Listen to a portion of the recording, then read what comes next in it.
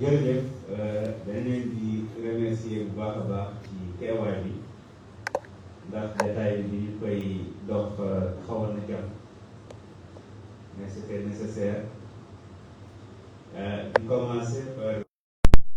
wax ni xëy na dina am ñoo xam ne bokk nañ ci ñi accompagner projet bi moo xam ci wàllum way la wala bépp xeetu aar te peut-être teewuñu fii loolu nag li ko waral mooy am na ñu bëri si ñoom jéem nañu rentrer en contact ak ñoom ñenn ñi jéem nañu di jënd seen ay contact mais xam nañ ne ñi ci dox ëpp na li nekk fii waaye dinañu xool naka la ñu koy d'abord par rapport ak ñi nga xam ne ils n'ont pas eu la chance en tout cas d'être là wala l'occasion d'être là li am solo rek mooy wane ne nous sommes reconnaissants ci li nga xam ne def ngeen ko te bi ngeen koy def c'était pas évident comme ni ko Ibrahima waxee ça veut dire que dafa am benn idéal bu ngeen gëmoon loolu duma ci sori ndax dinaa bàyyi le président de PASTEF mu ñëw ci mais daal dañ leen di remercier parce que man dama jàpp ne ci parti bi man ngeen gën a liggéeyal en tant que chargé de communication donc li ngeen doon def xëy na maa ci gën a profiter moo tax je tenais particulièrement à vous témoigner en tout cas toute ma reconnaissance mais à vous remercier aussi donc di leen dalal di leen bàyyi nag ak xam naa ne ki nga xam ne moo tax ñu way xam naa bu doon mën ak Abbas moom dañu bëri ay chanteur quoi jërë ngeen jëf.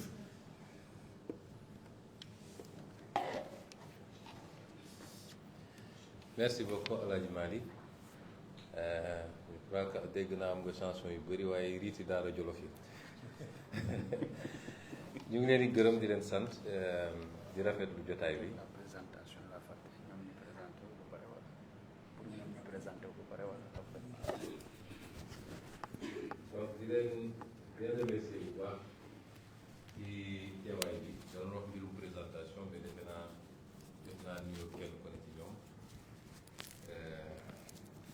xam nañ leen ci seen production peut-être moins ci image di leen jaajëfal te am mbégte ci dalal leen dalal waroon na am bu yàgg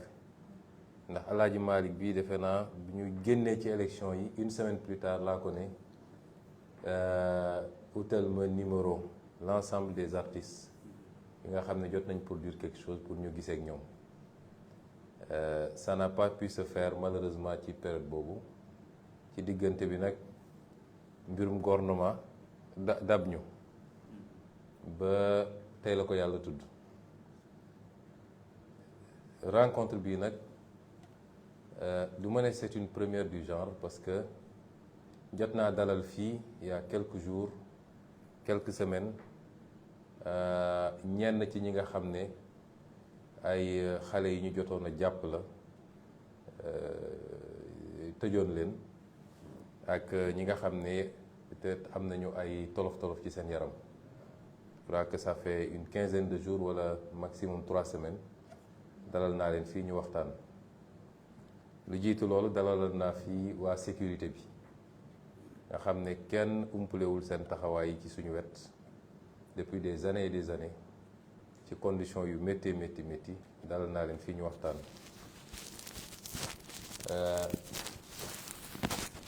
génnoon naa it ci kaw invitation jeunesse patriotique ci daje bi ñu amoon fële au Grand Théâtre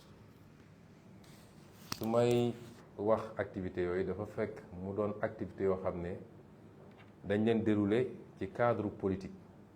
ci cadre parti bi et non pas ci cadre état bi parce que baax na ñu mën a ràññeetle ñaar yi parce que yàqkat yi dañuy bëgg a entretenir la confusion nous on a fait des options depuis très longtemps xam nañu lan mooy état xam nañu lan mooy cëram bu ñuy jëf ci cadre état xam nañu lan mooy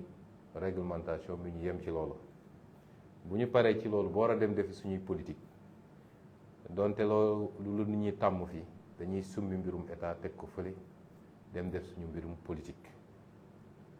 et c'est pourquoi recevoir ma leen primature mënoon naa ko waaye defuma ko activité yi activité politique la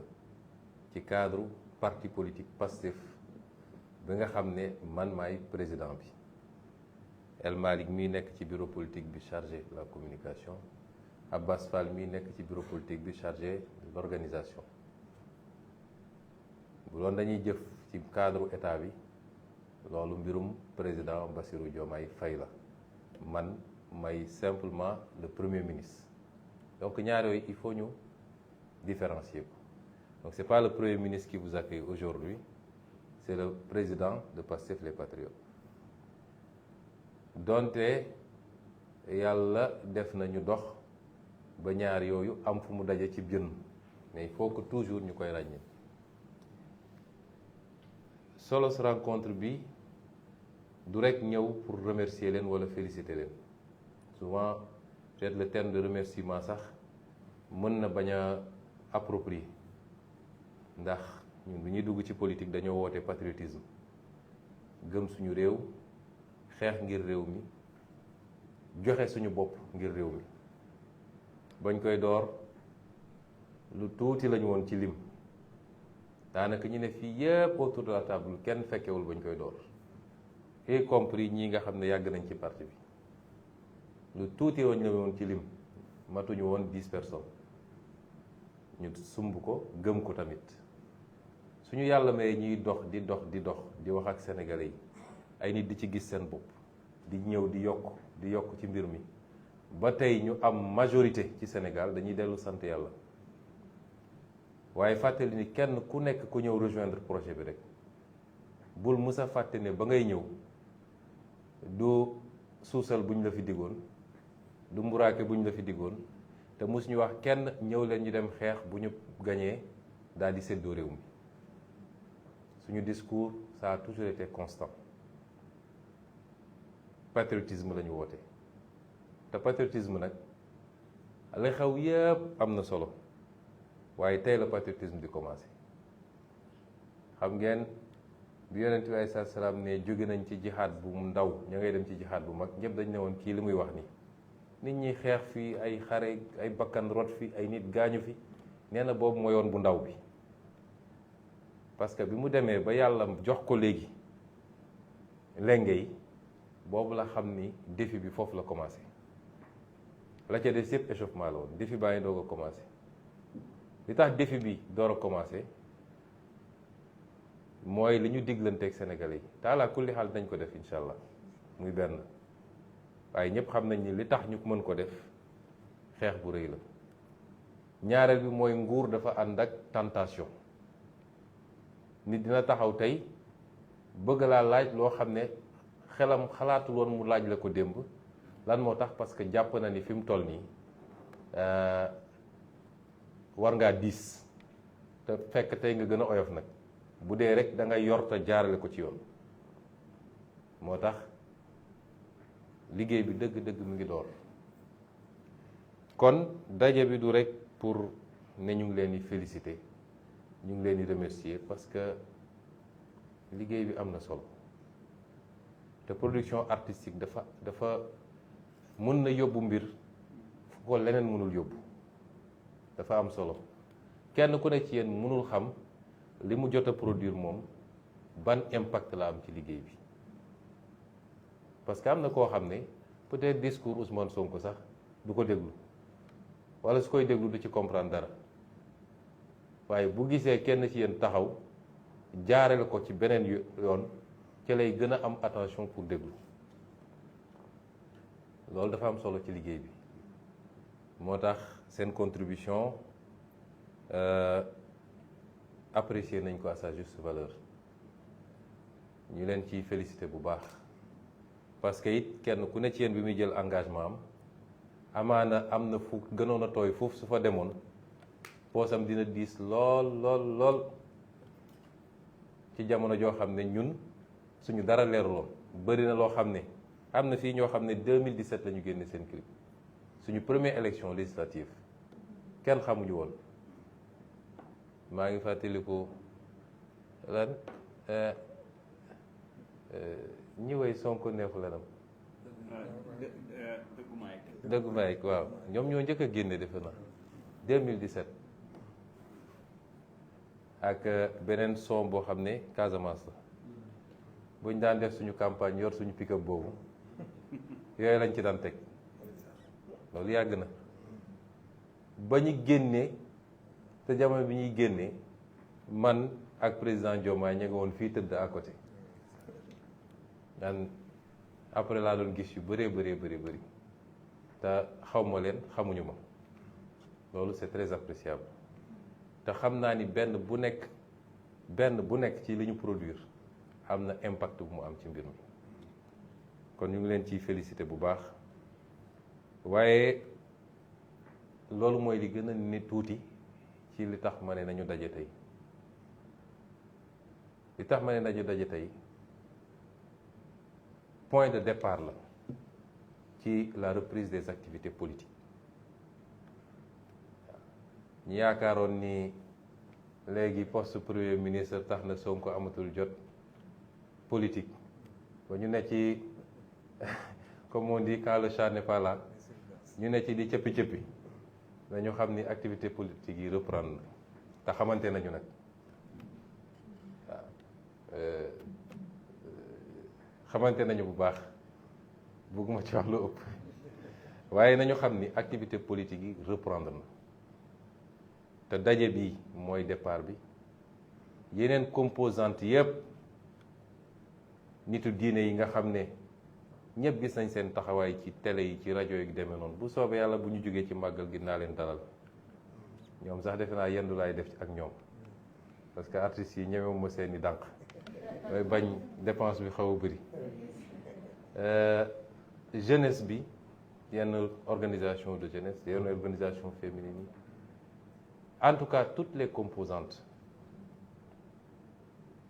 loolu bokkul ak les activités et les actions sur le terrain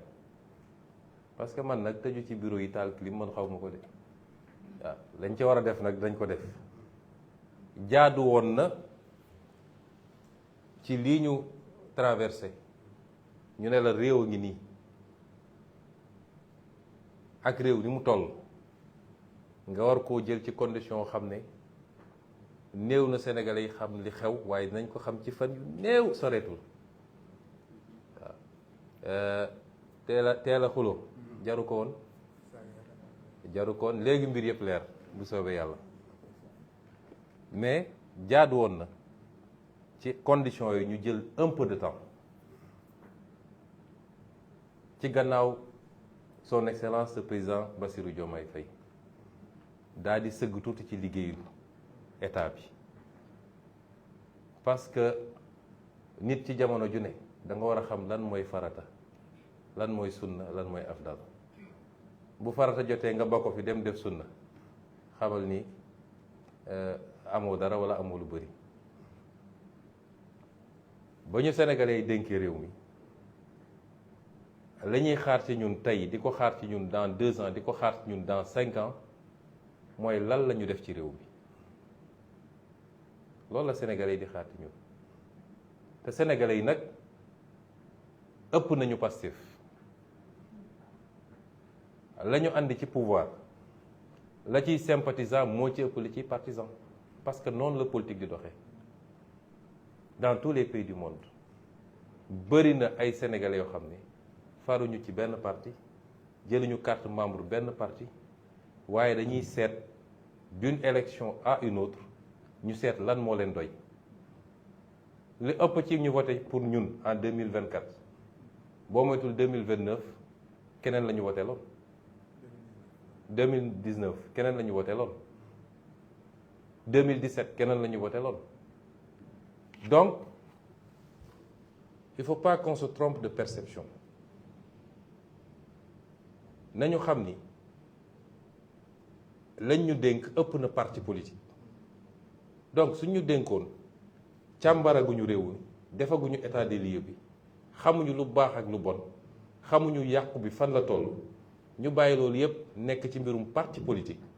defe naa Sénégal yi nañ ñu gaaw a jëppi moo tax dégg nañ ñu ne ndax par essence sénégalais moo impatient ci ñaari weer ñetti weer nit mun a taxaw ne déggatuma gaa yi gisatuma gaa yi won nañ ñu gannaaw waa gaa yi ci lan la ñu nekkoon ña ngay xëy fajar ba 2 heures du matin nekk ci li tax sénégalais yi wóoluñu ci loolu la ñu nekkoon loolu doo ko fi bàyyi naan maa ngi accordé ay audience à des militants suba ngoon bëgg lu neex militants yi du tax ñu def ko ndax nag bu ñu fàtte suñu contrat dans le parti politique mooy on a toujours été très clair avec les militants chaque chose en son temps kon jaadu woon na ci weer yooyu weesu te jeexagul sax ñu sëgg ci loolu yàlla may nañu ñu liggéey ci lu am solo dégg naa ñenn ñi naan amuñu programme ils ont vendu un rêve aux Sénégalais dinañu gis ci fan yi ci ñetti temps nag ndax nun lu ñu mus a def dañ ko teg ci stratégie suñ leen pousselee benn te noonu la mus a doxee xanaa léeg-léeg nit ñee xaw a gàtt souvenir rek waaye ni ñu doxalee ba egsi ci élection ba yàlla jox ñu ko rek war nañu xam ni ñun duñu ay como te dañuy liggéey teg ko ci temps teg ko ci stratégie te noonu la ñuy yoree état bi moo tax ñu ngi ci temps évaluation état des lieux te bu ñu sottee ba ne Sénégalais yi lii fi ne ragal naa am na ñoo xam dootuñu génn ci réew mi de dootuñu jox ci mbedd mi moo tax teel a wax ji jaru ko wala dañoo sentir ni mu ngay ñëw ñu gaawantu njëkkante télé yi takk seeni rajo waaye jaru ko dinañu wax Sénégalais yi fait chiffre date bu leer nañ loolu benn temps la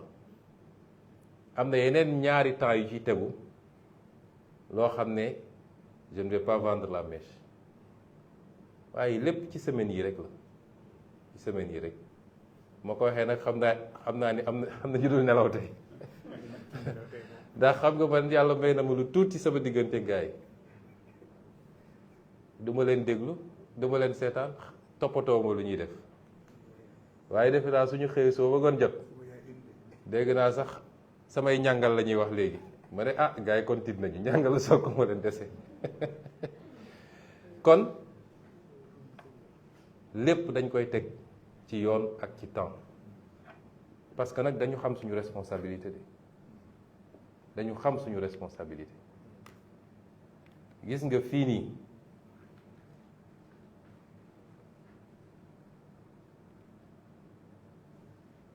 waxal ma kii mu ñëw ubbil ma bureau bi ci gannaaw gis nga fii li ma bëgg a dalal xelu militant yi mooy kenn gënuñoo xam lan mooy projet bi ndax ñoo ko togg ñoo ko sumb ñoo ko bind kon kenn gënuñu koo xam muy benn ñaareel bi kenn gënuñoo xam le sens de notre engagement kenn lay yàq projet bi mun na jóge ci ñëpp ba mu des ñun ma dalal nit ñi ñu ànd ak tey ak dal ndax xam nañ fi ñu jëm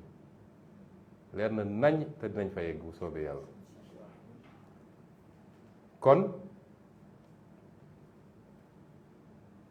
responsabilité bi ñu am ñun xam nañ ko te li ci gën a néew waaye moo ci li ci gën a fort en même temps mooy ay ndaw joxe nañ seen bakkan pour que Sénégal change dama xamul ndax nit ñi comprendre nañu sensu loolu su ma déggee ñu toog fii di wax ay waxu matériel ay waxu poste ay waxu dama naan nit ñi est-ce que comprendre nañ ils n'ont pas compris man amul jour bu may xëy te sama xel du dem ci loolu amul jour bu ma tëdd guddi te sama xel newul ci loolu amut voilà kon li ñuy def dimension bi mu nekk du dimension bu ñu xam ci politique dimension bi ñu xam ci politique fii Sénégal ñu newuñu ci dimension boobu président Diomaye chaque jour su dara amee wala ñu gis benn affaire da koy naqari ci yàq-yàq yu ñu yàq réew mi da koy naqari et chaque fois la même phrase la may wax mu ne ma gis nga lii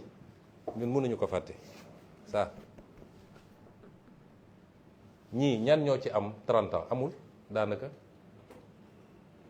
lan moo tax ñu dem c'était pour que le Sénégal change président Diomaye loolu la may chaque fois mu ne ma est-ce que xam nga ni ay nit dee nañu nit ñi dañoo fàtte ni ay nit dee nañu pour réew mi changer dañu fàtte loolu moo tax ñun mënuñu ne fii gis nga les avantages yi ànd ak pouvoir yàlla métim xam na ni man gisuma ko parce que amul solo bu ñu tombé woon ci loolu rek on a trahi ces gosses là te bu boobaa nag la ñuy rendre compte suñu borom parce que ban hommage la ñu mën a rendre xale yi mooy ñu ne ci 5 ans def nañ lii ci Sénégal ci 10 ans def nañ lii ci Sénégal coppite bi ñu doon wax ci Sénégal def nañ ko ba ñu gis ko c'est ça l'enjeu aujourd'hui te ci loolu la ñu nekk subaak ngoon guddeeg bëccëg moom il siège au gouvernement xam na li ñu wax te duñ ci am lu ñuy lam-lame El Malick Ndiaye bii il est ministre dans mon gouvernement bu ma xëyoon ñu ne ma jox nañ ko 200 000 francs mu jël jour boobu il sera pas ministre dans le gouvernement bu ko jëlee midi et demi il ne sera plus ministre loolu amuñu ci luñ ciy sédd ak luñ ciy calculer ba tax la ñuy woo ñëpp mooy li ma démarré léegi liggéey baa ngi doog a door challenge bi dëgg mi ngi doog a commencé mu interpeller chacun d'entre nous yéen en tant que artiste ndax seen mission dafa jeex keroog bu ñu neen fal nañu président Bassirou Diomaye Faye ngeen dem aj seeni kooraane ñu xaar prochaine élection wala kenn ku ne ci yéen projet bi mu gëmoon ba tax mu tëju fenk li muy fenk wéy ko day ñëw ànd ak projet boobu accompagner ko kenn ku nekk nag ci domaine ba nga mëne loolu mooy questionnement bi il faut ñun ñëpp ñu nekk ci beneen niveau ci conception suñu relation ak la chose publique mais suñu conception suñu responsabilité ci projet bi kenn ku nekk la taxoon nga dugg ci gëm ko ba am loo ci def tey nga war a gën a takku nag ndax bu doxul suñu échec la ñun ñëpp dinañ ma ci tudd nañ ci tudd président Diomaye waaye dañ ne ah yow de yaa fi woyoon tàgg gars yi ne suñ leen joxee réew mi gis nga fi mujj kenn ku ne suñu responsabilité la moo tax tey la ñu war a gën a takku ci naka wax naa leen ni ay temps la gars yi dañuy wax état de grâce état de grâce c'est pour les faiblards ñun soxlawuñu état de grâce état de grâce c'est pour les faiblards ñun ba ñuy nekk parti politique opposition amuñu état de grâce dañoo judd rek ñu dal suñu kaw ñun ñooy parti boo xam ne su doon xale la dafa judd rek dox jàngul toog jàngul raam parti bu dudd 2014 2015 ñu dal sa kaw 2016 ñu dàq la sa liggéey noonu ba fi mujj ñun soxlawuñu état de grâce ñiy wax ay état de grâce va bientôt se terminer déedéet na bar kuy opposé wu rek génnal ñun soxlawuñu état de grâce loolu mbirum tapet la ñun xamuñu loolu ñun cooki la ñu xam dans le bon sens du terme nag du ñu tooñ kenn mësuñoo gis ñu tooñ waaye ku ñu tooñ fekkuñu fi loolu la ñu xam te réew mi noonu lañ koy yore mooy ku bëgg a opposé wu bu mënoon nga commencé sax balaa prestation de serment président Diomaye ndax ñoom seeni opposition yëngaluñu opposition saaga meeg egg yu dem ñun yooyu yëngaluñu waaw opposition boo xam suba ba ngoon jot sa yaakaar yëpp mooy kañ la problème di am diggante Diomaye ak Sonko ñooñu yëngaluñu ñun dañuy tëdd nelaw di séddee opposition boo xam ne ñay ténor yi kenn ñemewu cee génn wax waaye da ngay dem fay nit ne ko jógal wax ñooñu nag ñooy les agneaux du sacrifice ndax ñi ñuy fay naan leen jóg leen wax lañ leen xamee mooy xaste ak saaga nañu xaste nañu saaga et puis dama jàpp ni ñenn ñi dañoo gëmagul ñoom nekkatuñu pouvoir quoi topp ci nit di saaga mu muñ ba ñëw ñu jox ko doole nga ne damay saaga aywa te kuñ ci ne ñuuj nag doo gis gars yi avocat sax doo ko gis gars yi mënuñoo xeex de ñii li ma ne benn lacrymogène la gars yi xaaj ñeent sànni leen ñu soj ñoom ñëpp mbir maa ngi nii nun amuñu problème na métti rek mais état de droit la ñu wax ku ñëw ne d'accord maag agriculture bi niñ ko doxalee wala napp gi wala càmm gi wala jàpp naa Ousmane Sonko avec des preuves jël na xaalisu réew mi c'est ton plein droit loolu amul benn problème mais xëy rek topp ci ay nit nekk ci seen der nekk seen vie privée dugg seen njaboot lu bon lu ne nga wax ko waxoon naa leen ko grand théâtre dégguñu am nañu mos nañu continuer noonu rek loolu dina jeex ci réew mi de wala dem fay nit ne ko bindal ma El Malick laa bëgg nga xasal ma ko wala nga détruire ko loolu dina jeex ci réew mi parce que dafa dul yoon nañu waxante dëgg te il faut ñu comprendre yi nag bañ ko doon def mu yomb ci ñoom ndax ñoo yoroon lenge yi am ñu leen boot ne leen defal loolu soppiku na kenn du fi instrumentaliser kenn mais dinañu def politique opposé wu dans le respect mutuel loolu moom dina am débat d'idées ku ci wóolu sa xam-xam man je suis prêt à tenir des débats avec tout le monde débat sur les politiques publiques sur l'État sur nos ressources naturelles sur nos finances publiques sur leneen ak leneen ko bëgg ñu débat loolu amul problème mais yenn yi moom dootul mën a am ci réew mi ba tax nag ñun soxlawuñu état de grâce ndax xam nañ lañ yor xam nañ fi ñu jëm tekk-tekkaaral bii ngeen gisoon tekkiwul faiblesse tekkiwul dara ci étape yi di ñëw nag yu bëri dina ci am te composante bu nekk il faut mu jouer rôle am référentiel bu bees bi nga xam ne moom la ñuy togg muy le nouveau référentiel des politiques publiques ndax PSE ñun mosuñoo d'accord ak PSE yàgg koo critiquer PSE pare nañu Sénégal pare na ak PSE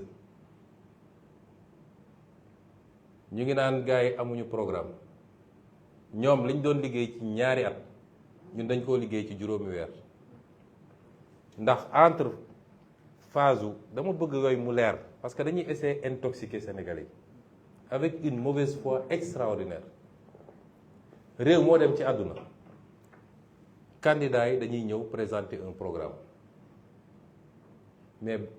bu yàlla defee nga gagné programme boobu da nga koy opérationnaliser programme bi nga def dafa génne les grands axes de ta vision mais boo demee ba yor leng réew mi ca ngay opérationnaliser nag def beneen document bu gën a détaillé boo xam ne day méngóog les données les chiffres que tu ne pouvais pas avoir ba ngay nekk ci opposition mais bu collé ak sa programme yéen a ngi fàttali ko président Abdoulaye Wade bi ñu ko falee programme soppi la andi woon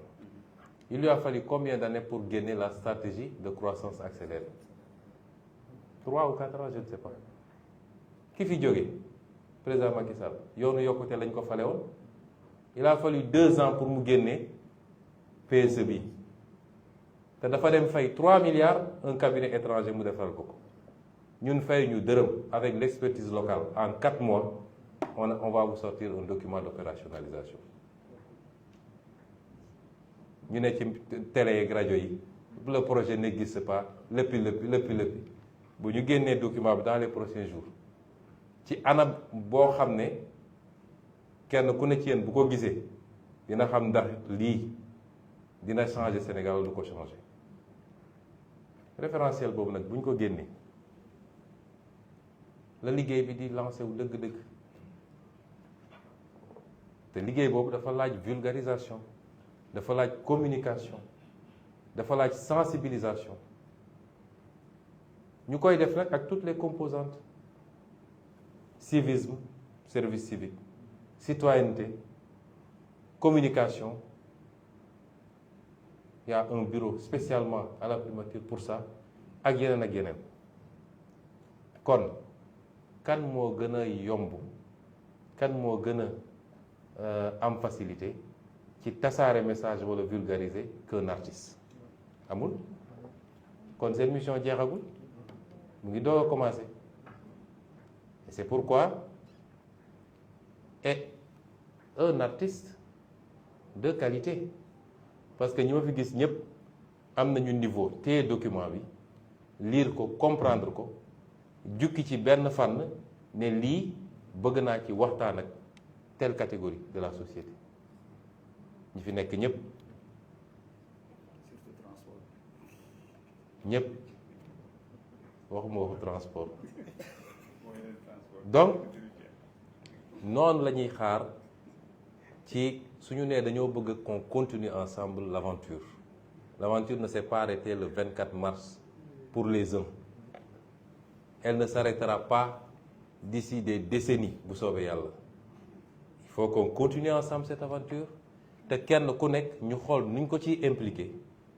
nu mu ciy gisee boppam doon un acteur de la transformation structurelle bi ñu wax fii ci réew mi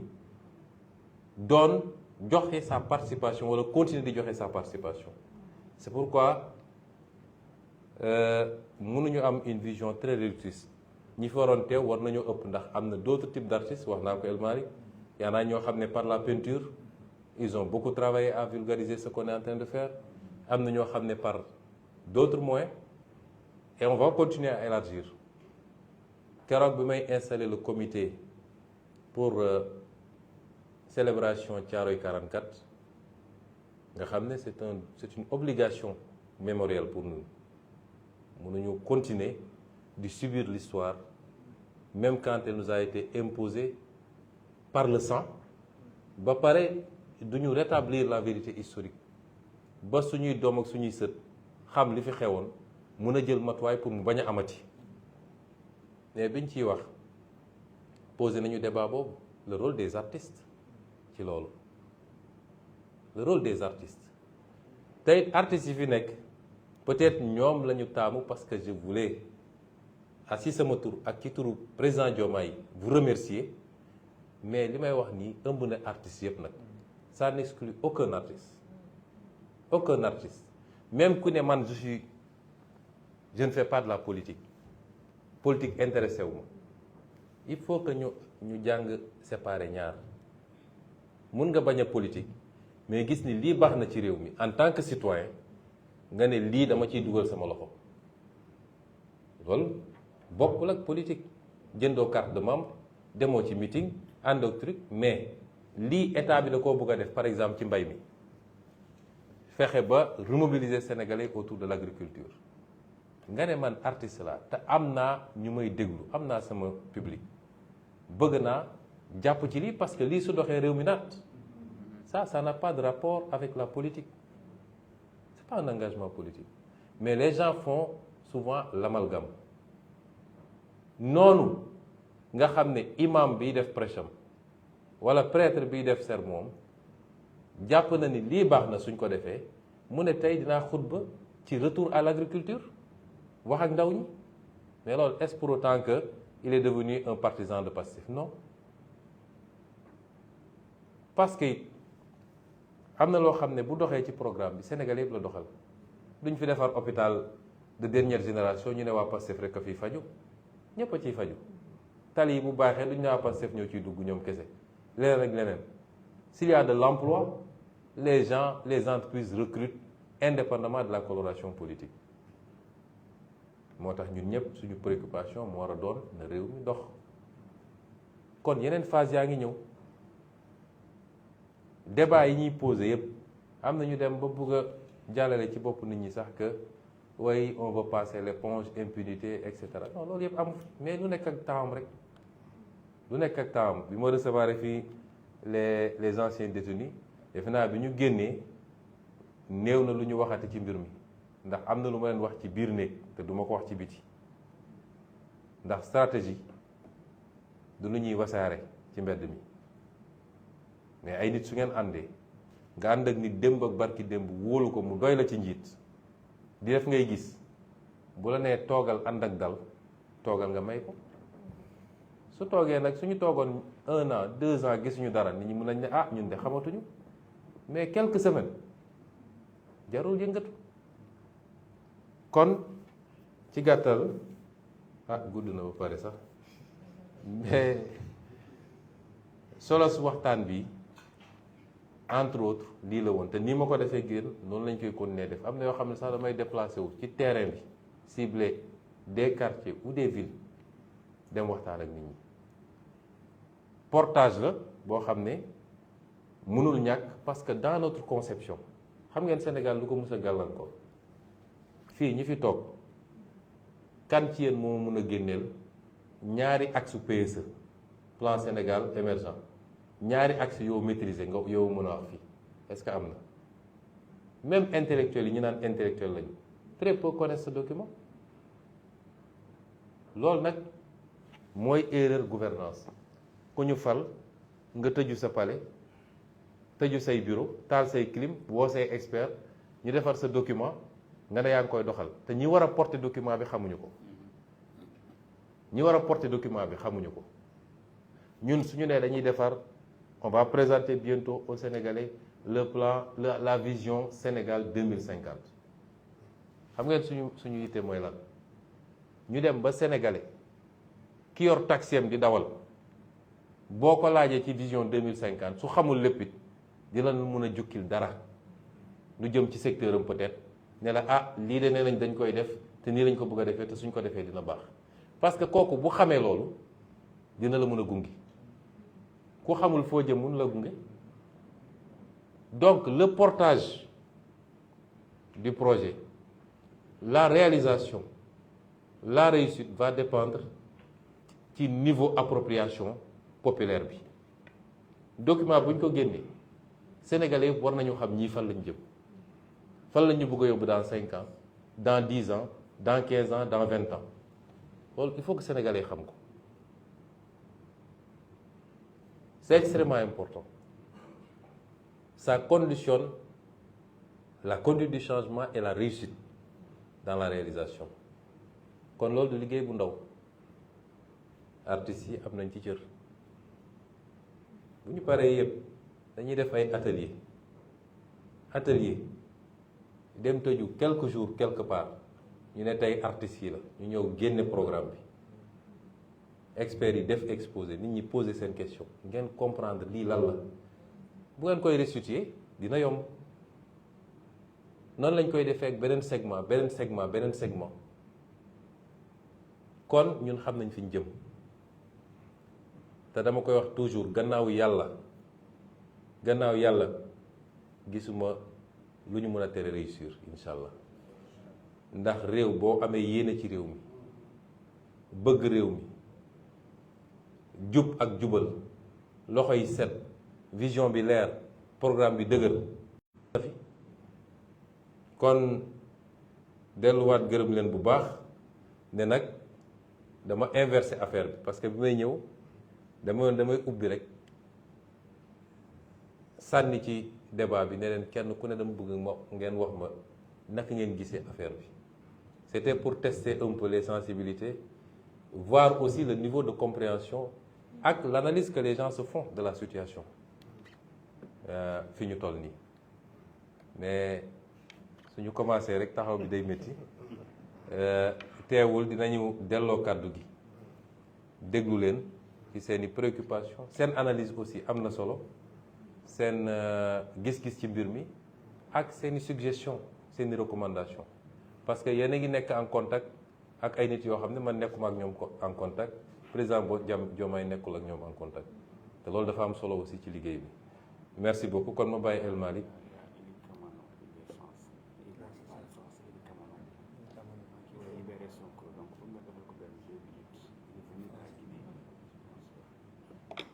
Ah, Monsieur Kamano, vous comprenez wolof apparemment. Bon, en résumé, mais je vais faire le résumé pour vous. En cas, je me réjouis de vous voir ici. Ça nous réconforte dans notre perception panafricaniste. La Guinée, le Sénégal, la Côte d'Ivoire, le Mali, Burkina, nous sommes les mêmes pays. Et nous devons aujourd'hui prendre la hauteur par rapport aux enjeux qui nous interpellent. Souvent, nous retombons dans les mêmes pièges qui, in fine, ne concourent qu'à une chose, diviser encore les Africains plus qu'ils ne le sont. Sur des détails, tel a dit ceci, tel a fait cela, nous ne sommes plus panafricains, nous ne sommes plus ceci. Vraiment, on doit dépasser cette étape-là. C'est pourquoi je suis très content de vous voir ici. Et en résumé, ce que j'ai voulu expliquer, j'ai tenu à rencontrer une petite poignée d'artistes sélectionnés par rapport à leur engagement à nos côtés durant les moments où ça a été extrêmement difficile, extrêmement dur. Et ils ont été là. Et par leur production artistique, ils ont donné quand même une certaine portée au message. Nous savons tous qu'il n'y a pas meilleur moyen de véhiculer un message que l'art, dans toutes ses formes. Donc c'est pourquoi cette réunion marque en réalité comment dirais-je encore, la reprise des activités politiques. L'erreur qu'il ne faut pas faire pour l'acteur politique, c'est qu'une fois élu, on se coupe de tout. Pendant 4 mois, on a été obligé effectivement de faire une retraite stratégique pour nous pencher sur l'état des lieux qu'il fallait faire. Quand vous venez d'hériter d'un pays, il faut faire l'état des lieux et de manière très sérieuse. Mais cela n'a jamais signifié pour nous une volonté de nous couper de ce qui fait notre essence, c'est-à-dire un lien particulier que nous avons avec nos bases, mais un lien particulier que nous avons avec la majorité du peuple sénégalais. Et nous allons reprendre ces activités. Cette rencontre d'aujourd'hui était une première, simplement, et j'ai voulu le faire avec les artistes. Mais au-delà des remerciements et des encouragements, c'est leur dire que la mission est loin d'être terminée et que c'est maintenant qu'elle commence justement. Que nous allons dans les prochains jours présenter le nouveau référentiel des politiques publiques qui doit se scinder en plusieurs étapes, une vision sur 25 ans, mais des déclinaisons quinquennales et décennales. Et nous voulons cette fois-ci que cette vision, ces programmes ne soient pas l'apanage de quelques élites enfermées dans leur bureau. Il faut que ce soit le plus vulgarisé possible. Il faut que toutes les masses puissent s'approprier ce référentiel pour pouvoir accompagner le mouvement. Et c'est pourquoi nous considérons que les artistes que vous êtes doivent continuer à avoir cet impact par leur production. Prendre le temps de s'approprier eux-mêmes le document dans ses grands axes, mais pouvoir, par leur production, nous aider à vulgariser et à continuer à embarquer le maximum de Sénégalais, à faire bloc derrière le régime qu'ils ont choisi, derrière le président qu'ils ont élu, de manière écrasante et dès le premier tour, ce qui est une première au Sénégal pour un opposant, et c'est assez symptomatique de l'espoir que les Sénégalais ont placé en nous, derrière le gouvernement dont j'ai l'honneur d'être à la tête, derrière le mouvement qui va être porté par l'État, mais qui n'a d'autres préoccupations, à la limite d'autres obsessions, que de transformer structurellement et qualitativement ce pays pour que les Sénégalais puissent avoir les mêmes,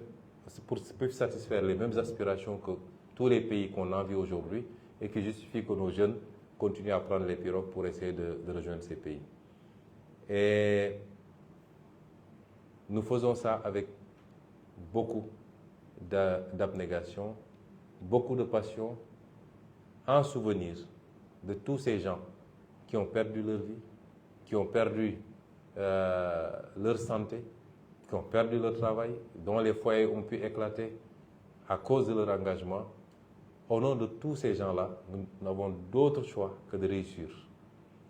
Et je puis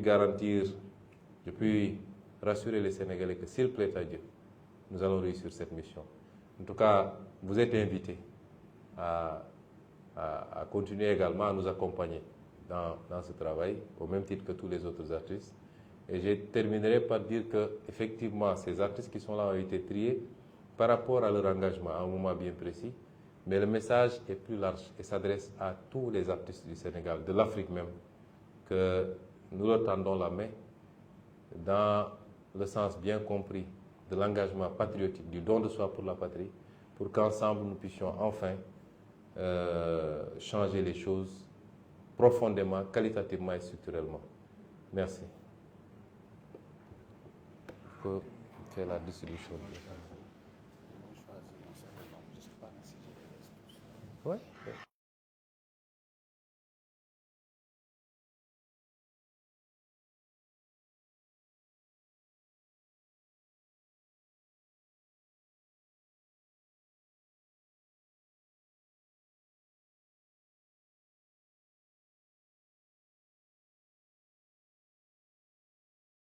Je pense qu'on va laisser à chaque artiste au moins 2 minutes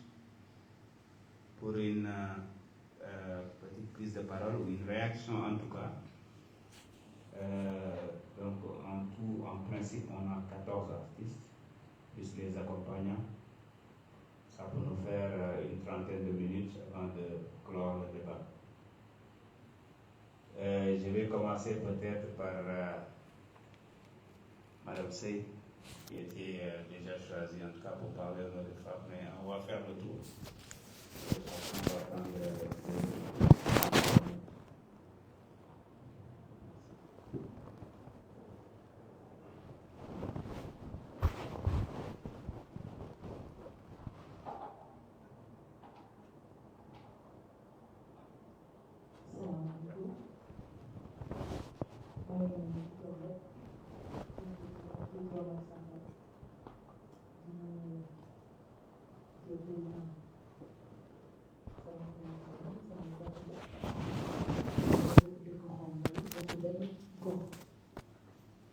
mu xam ko première fois ma yegg ci seenu defe naa clôture meeting bi ma ko nuyoo loolu la ma njëkk a wax kon loolu mbégte la di nuyu sama mbokku artistes yëpp di wax maa ngi leen di nuyu ma cité ci tuuti rek ku mel ni Mortala moom tamit sama ami d'enfant bu borom kër la kilifa maa ngi leen nuyu bu baax Pape Birahim sama rakk yi fi toog yëpp Youssou am naa mbégte bu baax tey ñu teew fii kii ma àndal nag moom mooy sama kilifa damay wax en tant que artiste mais nit ku nekk sa borom kër nga am ca 20 ans ñu ngi ànd fu ma mës a dem rek maa ngi moomay ànd bari na lu ñu recevoir ca bu ci nekk ñooy ànd kon tey bu ma premier ministre ma bokk ci artistes yi bokkoon nag ci ñi ko gëm dama ci jàpp tuuti rek bi affaire bi amee fi mu toll sama borom kër moo ma woo mu ni ma ñu taal oto bi génn ñu dem lu bari bari sax mu ni ma yaay wax ni Sonko da ngeen a dëkk li ma mën a wax ci ay maamam néew na Sénégal ci artiste bu ko mën a wax ci ay maamam ci yaayam ñi ko jur ba ci maamam dama ko xam mais woyowu moon foofu mu ne ma nañ demee studio ma def frais di studio yi fay la yow woykat bi sax nga woyal ma sama waa ji di waral man sama woy ci sama borom kër la jógee parce que boobu nga engagé wu diis na donte artiste nga mais di nga sóoraale mais moom daf ni ma non non nan dem studio ma fay studio fay musicien fay la yow artiste bi sax nga woyal ma parce que foofu rek la ngëm-ngëmam toll woon donc moo ko defee tamit am ci ay retour yu bëri fii Sénégal bokk naa ci artistes yi ëpp lu ñuy génn def naa 17 pays depuis 2006 maa ngi nekk ci showbiz 17 pays def naa ko mais nekk suñu coin di liggéey mais bi ma wooyee ci projet bi retour yi ma ci am man ak yàlla rek noo ko xam ak sama borom kër yenn saa yi ma dem Amérique sax def sama programme ba pare nit woo ma ndax jëmmam yu ci mel ni Columbus bari na ay Boston New Jersey damay dem hors sama liggéey mais su ma paree ci sama liggéey juste rek da ngay gis fu nekk la ma nit di invité yi dawa say ñëw bokk Pastef foog nga ñëw añ seeg man kaay ma defal la bon départ donc def nañu mbir mais laataaj jotaay bii mbir moom mi ngi doon fay waaw loolu sant la bu baax sax 17 pays yoo xamante ne waxatuma Sénégal ay sama dama koy yóbbu jor fu ma toll samay passeport yu jeex donc du doon lu basé wu ci nit mais booy def dañu toog fii rek mu ni ma léegi def te yàlla tax dina fay moom daf ko mës a gëm dafa am bés boobu dafa toog ñu toj verre bi mu xëy ni ma du ma tëdd tey ci journée bi te gisuma sama président dem ba gisanteeg moom ñoonteeg moom ma ne ko sa goro la donc loolu ngëm-ngëm la mais bu yooyu yëpp weesoo nag ma ñëw ci li nga xamante ni moom mooy suñu liggéey dafa bëri nguur bu fi jaar te respecté wu ñu dëgg-dëgg culture te ñun ñi nga xamante ni ñu ngi yëngu ci culture di génn di porter drapeau bi fu nekk dañuy gis suñu yeneen dëkk yi ni ñu gën a avancé ci wàllum culture bari na dama koy wax Mor ma ni ko fekk dañu dem Washington ñu gis defe naa Davido la di fa joué ñu dem ba teg porte yi ni kenn mënatul dugg mais pourquoi pas ñun Sénégal mënuñu am lii déjà bu ñu wut passe bu ñu wut visa dafay metti dafay metti trop ci artistes yëpp nag da ngay gis artiste boo xamante ni renommé la mais pour mu déposer visa ñu jox ko ci ni mu waree lu metti la dañuy am toujours problème yooyu mais loolu yow mi génn da ngay xam ni culture Sénégal dafa des lu bari dañu am ay woykat dañu am ay ndaanaan yu mag ci nekk yoo xamante ni dañ leen di xam mais tout le temps dañuy am ay problème yu bëri yoo xamante ne ay góor lañu di ko mën a wax fenn en tout cas ñun bëgg nañ la fonk nañ la gis nañ sa taxawaay gis nañ sa njàmbaar mën a fal maire mën a fal ay directeur mën a fal président kooku loolu la diggoon nga ko gëm ñu yàkkam di moom xam nu mais ñun ñi nga xamante ni bëgg nañ la ci gëm nañ la te gis nañ bu baax tey sa xeex ak sa bëgg Sénégal ak sa naw sénégalais yi fi nekk nii bu ñu nee ñii dañu am faiblesse ñun ñi la gëm duñ ko comprendre parce que boo xasee ba gëm